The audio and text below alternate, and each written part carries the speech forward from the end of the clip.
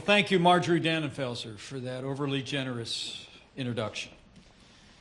And more importantly, allow me to take this opportunity to say thank you to someone who I have known and our family has known for many years. Marjorie Dannenfelser, thank you for faithfully devoting your life to the cause of life. We are all grateful.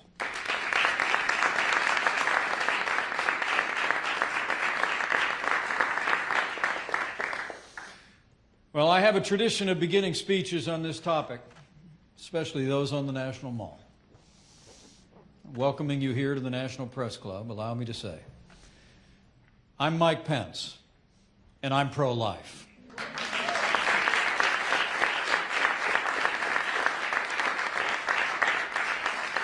And I'm truly honored to be here with so many friends and supporters of the Susan B. Anthony list, an organization that has literally saved countless lives across this country and has raised up a new generation of pro-life leaders in the Congress and in state houses and city halls around the country. The SBA list has truly transformed America for the better over the past 3 decades, and we are in your debt. And to all the advocates of life who join us here today, from the bottom of my heart, let me say thank you to each and every one of you. Thank you for standing for life. It should fill your heart with immense joy and pride to know that every night, somewhere in America, as the sun goes down, there's a young mother in almost every community in the land tucking a little one to bed, kissing her forehead, saying a prayer, and thanking God that you helped her choose life. And I thank God for each and every one of you too. As Americans, we hold these truths to be self-evident, that all men are created equal, and they are endowed by their Creator with certain unalienable rights, and that first among these is life. I have long believed that a society can be judged by how it deals with its most vulnerable, the aged, the infirm, the disabled, and the unborn. And I did not come here today to speak about popular opinion or jurisprudence. I came here today to speak about right and wrong, to say life is a human right, and urge the Supreme Court of the United States to choose life.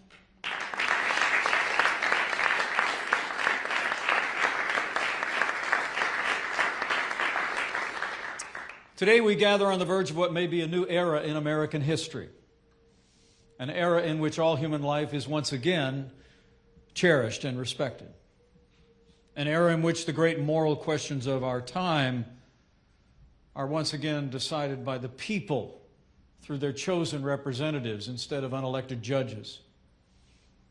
As we stand here today, we may well be on the verge of an era when the Supreme Court sends Roe versus Wade to the ash heap of history where it belongs.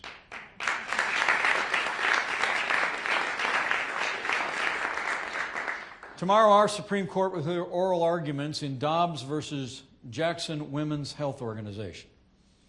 The case will decide the constitutionality of a Mississippi law that bans most abortions after 15 weeks of pregnancy.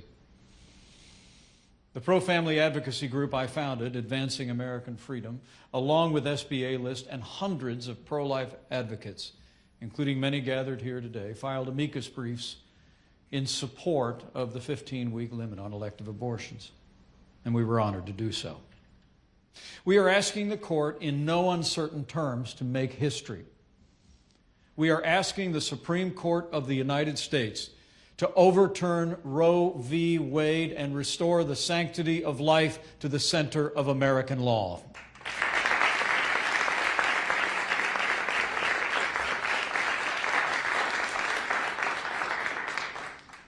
St. Augustine said, "The truth is like a lion. You don't have to defend it. Just let it loose and it will defend itself." So here's the truth about abortion. Since the Supreme Court legalized abortion in 1973, The heartbreaking consequences of the Roe decision cannot be overstated.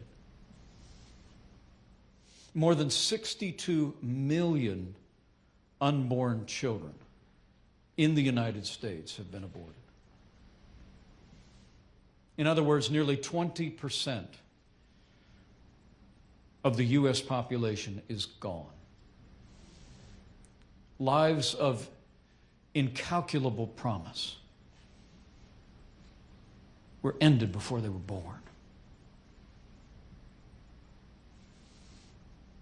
And countless young women, now for 2 generations, have experienced the heartbreak and sorrow, and often late in life, the regret that can last a lifetime. Like all of you, throughout my career, I have accepted Dr. John Wilkie's admonition to love them both. And when I think of young women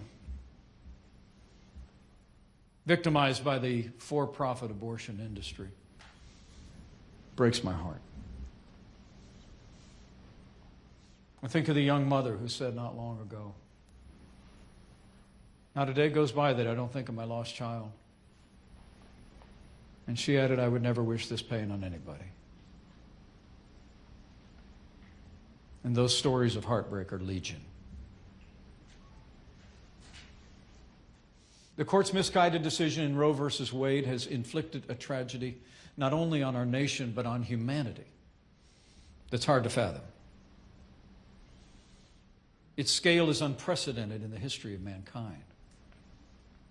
In the 48 years since the court's ruling, unborn children have been relegated into a caste of second-class citizens, devoid of the most basic human rights.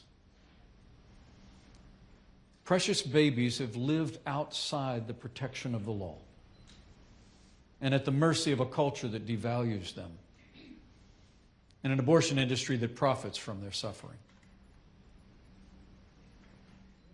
Previously, the court has justified abortion on the grounds that it was essential to the stability of American society.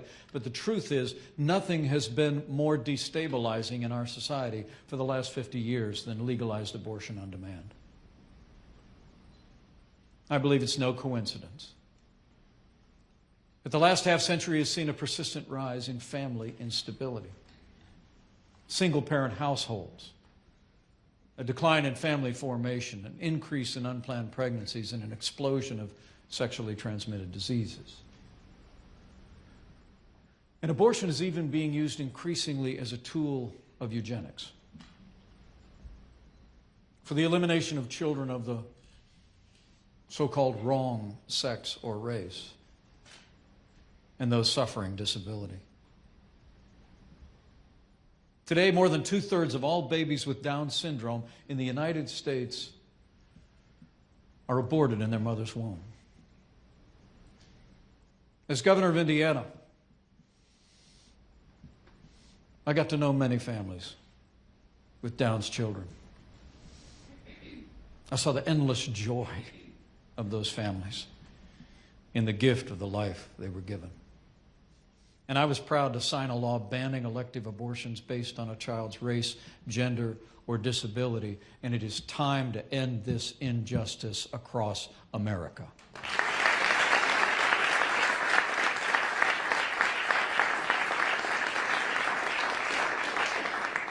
Margaret Sanger, the founder of Planned Parenthood, once wrote that eugenics was, and I quote, "the most adequate and thorough avenue in the solution of racial, political, and social problems." Today, Planned Parenthood shamelessly builds on Margaret Sanger's legacy, with the vast majority of its abortion clinics located in Black and Hispanic neighborhoods. Despite being less than 1/3 of America's population, Blacks and Hispanics account for nearly 2/3 of all abortions performed. It's a travesty. As long as Roe remains in force, the radical left in this country will never stop pushing for more and more extreme abortion-related policies. Abortion providers have been caught on video discussing the sale of aborted fetal body parts. And recently, and horrifically, unsealed documents show abortion providers charging tens of thousands of dollars for body parts harvested from unborn children. And in Democrat-run cities across America, they're now providing financial incentives for abortion by implementing paid abortion leave. In Boston, for example, government employees can receive 12 weeks of paid leave for an abortion. The same benefit provided for childbirth. In days gone by, progressives viewed abortion as a necessary evil to be tolerated. Remember when they used to say abortion should be safe, legal, but rare? Well, those days are over. Today, many on the left believe it is a moral good, that abortion is to be celebrated and encouraged, even as it was on a recent broadcast of Saturday Night Live. It's not hard to imagine that the day will soon come when the radical left begins touting abortion as a tool for managing population growth, as the Chinese Communist Party has done for decades. Today, as the Supreme Court prepares to hear oral arguments in those hallowed halls, we are here to declare with one voice, no more.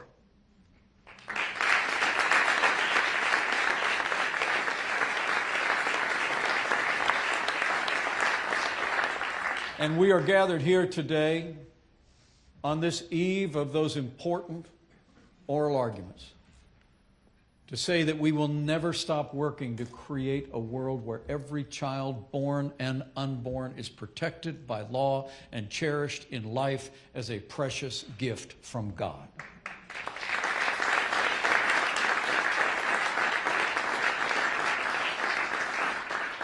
And today there is hope on the horizon that the days of Roe v. Wade are coming to an end. Every serious legal scholar in America knows that the Roe decision was manufactured out of whole cloth to achieve a predetermined political and ideological goal. Even the late Supreme Court Justice Ruth Bader Ginsburg once wrote that the court's decision in Roe versus Wade was, quote, heavy-handed judicial intervention that was difficult to justify. Now our Supreme Court has a chance to right that historic wrong once and for all.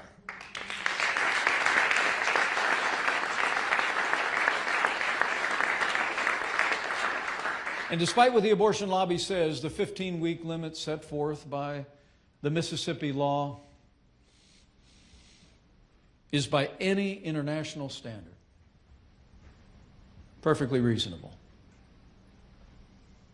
Thanks to advances in modern medicine, the humanity of a 15-week-old child in the womb is undeniable.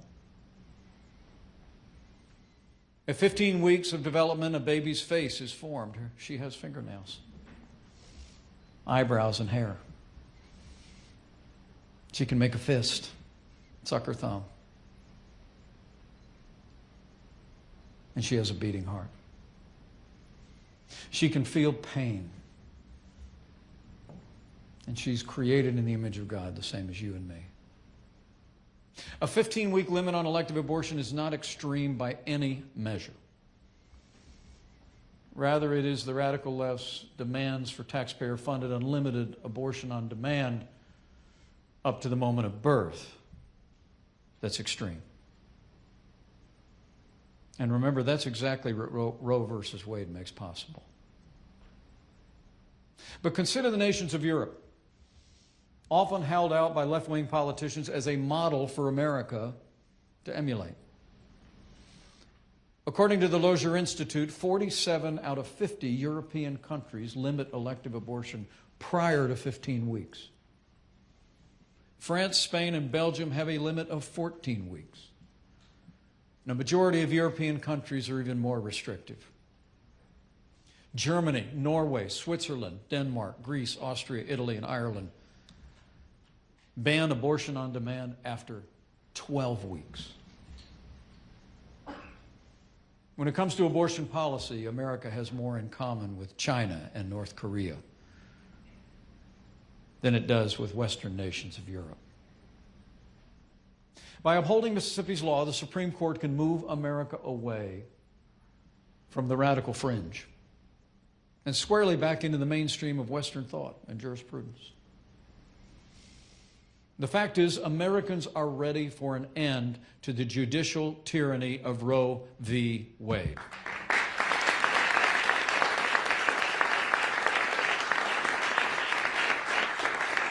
And Americans are ready for a return of this issue back to their democratically elected representatives and the people. And this is an important point to stress, because the left desperately wants to obscure it. The end of Roe does not mean an end to the debate over abortion. There will still be plenty of debate. But the decisions will no longer be made by unelected judges, but by elected officials chosen by and accountable to the American people.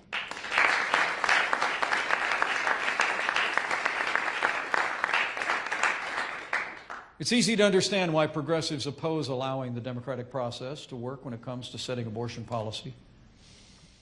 From the very moment Roe was decided, the American people have been making their preferences clear through the steady march of pro-life legislation enacted by democratically elected representatives each and every year. Think about it. In the decades since Roe, Congress has banned partial birth abortion. Congress and the states have restricted taxpayer funding of abortion. 38 states have passed laws to require parental involvement in a minor's decision. 33 states require expecting mothers to receive counseling before an abortion is performed. 26 states have enacted a mandatory waiting period. And nearly every state in America has allowed health care providers to decline to perform abortions for reasons of faith and conscience. When the Supreme Court overturns Roe v. Wade, and I believe with all my heart that day will come, either now or in the near future, it will not come as a surprise to anyone. It will simply be the culmination of a 50-year journey whose course and destination has been driven by the will of the American people.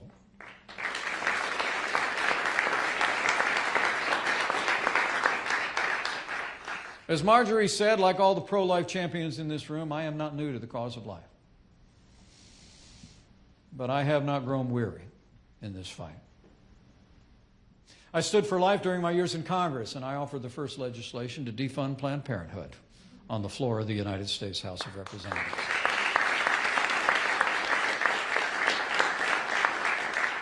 As governor of Indiana, I championed the unborn and adoption reform, for to be pro-life, you must be pro-adoption.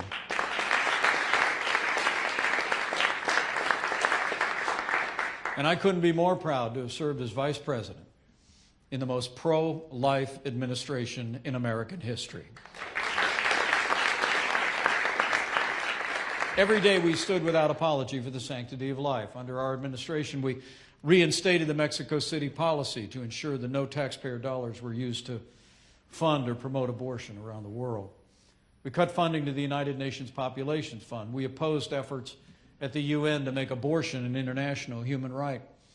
And we also confirmed nearly 300 conservative judges to our courts at every level, including 3 Supreme Court justices, all of whom are committed to upholding all the God-given liberties enshrined in our Constitution.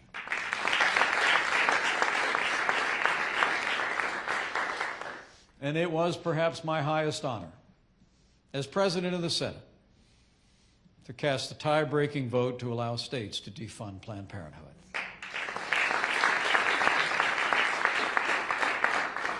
But how times have changed.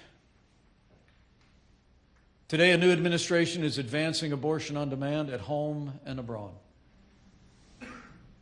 President Biden has even abandoned his historic support of the Hyde Amendment. And now he and Democrat majorities in the Congress support taxpayer funding of abortion. Now more than ever,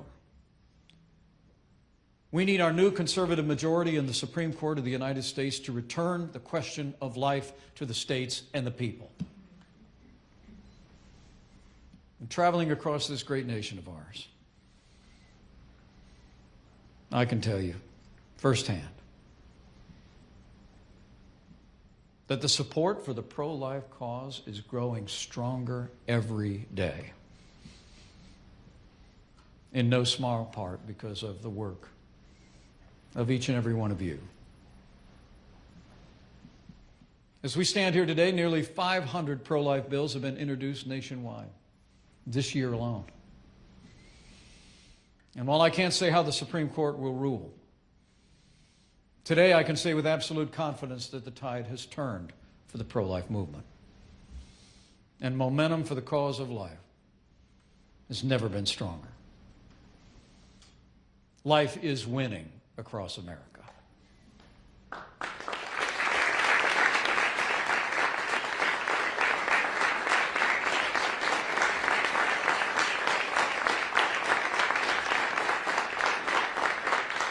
Life is winning because of the quiet counsels between mothers and daughters, between grandmothers and granddaughters. The truth about abortion is being told. And life is winning because of the relentless advocacy of groups like the SBA list and others so well represented here who have never given up the fight for the unborn. And the American people deserve to know that our safety net for mothers and babies has never been stronger. America is ready, willing, and able to support women in need. Even as states work to reduce abortions, they're also working to increase support for vulnerable mothers. Texas, for example, has created a $100 million Alternatives to Abortion program to provide counseling, material assistance, and housing support to women experiencing a crisis pregnancy. And similar programs are expanding all across the country. The truth is, life is winning. I think maybe most especially because of the compassion and the work of nearly 3,000 pro-life pregnancy centers nationwide. These organizations are devoted to supporting mothers in their courageous decision to give their children life and a future, oftentimes under the most difficult circumstances. And the counselors, most of whom are volunteers, and many of whom are women recovering from the heartbreak of abortion, inspire me every day. In 2019 alone, crisis pregnancy centers served nearly 2 million expectant mothers with compassion and care. And I can attest to it firsthand. It was a little more than a year ago, I had the privilege of being the first Vice President of the United States to visit a crisis pregnancy center and thank them for all their work.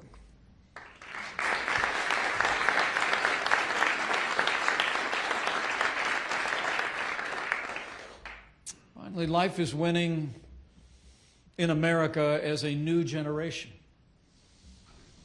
has been awakened. The eyes of millions of young people have been opened.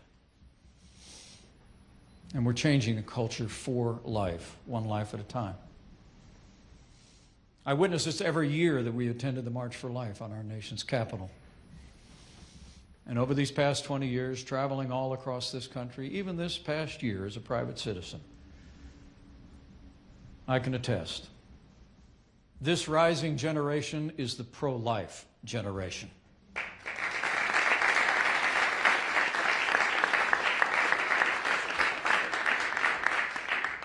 Life is winning in America. But now we need life to win in the highest court in the land. In the coming days, as the Supreme Court takes up this fateful decision, I want to encourage conservatives, those here today and all across America, to be confident. Keep the faith and pray. The effective and fervent prayer of a righteous people availeth much. So I encourage each and every one of you, tomorrow and every day after, to take this matter to the throne of grace. We have not struggled for so long. We have not traveled so far or overcome so much to turn back so close to the finish line. And never doubt, the American people are on our side. They're ready for a fresh start. They know that the decision before the Supreme Court is the same choice voters will face in the next election. It's a choice between two distinct futures, two distinct worldviews that are as far from one another as the East is from the West. The left believes children are a burden. We believe children are a gift from God. The left believes the institution of the family is outdated and unnecessary. We believe that family is the bedrock of civilization. The left believes it's their right to force their radical beliefs on a society through unelected judges. We believe in government of the people, by the people, and for the people. The question before the court and before the American people is no less than this. What kind of nation do we want to be in the balance of the 21st century? Do we want to be a nation that tolerates abortion on demand? Denying our country the incalculable promise of men and women who would contribute so much to the life of this nation? Do we want to be a nation that tolerates the ending of innocent, unborn human life through all 9 months of pregnancy? Because that's what the left wants. Or in the time that we have ahead, in this century and beyond, do we want to be a nation that champions and celebrates the gift of human life? A nation that comes alongside women in their hour of need. A nation that stands up for the weak and fights for the defenseless. A nation that says proudly and without apology that every life matters, every child deserves a chance. I believe that is who we are in our heart of hearts as Americans, and I believe that is who we will be again.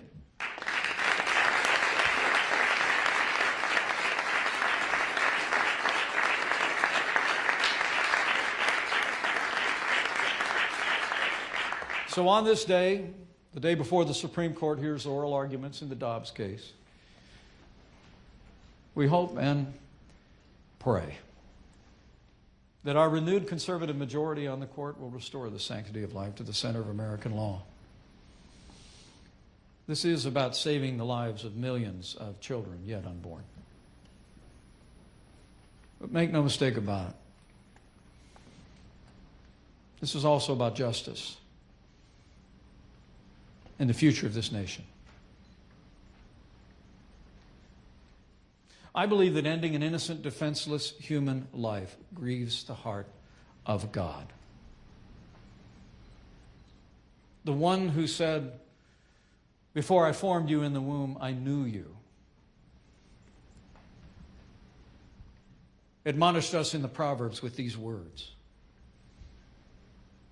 rescue those being led away to death. Hold back those staggering toward slaughter. If you say, but we knew nothing about this, Does not he who weighs the heart perceive it? Does not he who guards your life know it?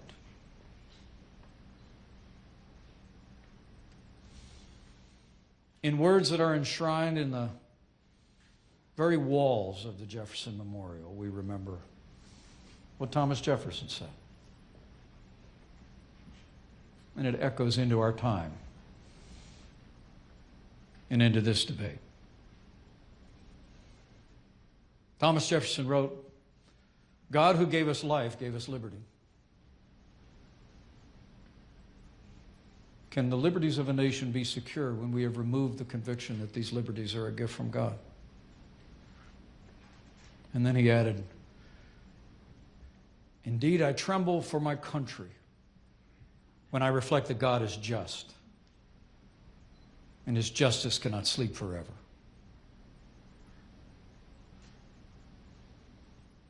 So to everyone here and those looking on, thank you. Thank you for bringing us to this day when the American people are on the eve of an opportunity to reclaim a society where every life is treated with compassion, dignity, and respect. For our children and grandchildren, born and unborn. For young women facing the crisis of an unexpected pregnancy. For the rule of law, and for America. I urge my fellow Americans to cherish life, to pray tomorrow and every day between now and next spring for the justices on our Supreme Court to have the courage to seize this moment for life.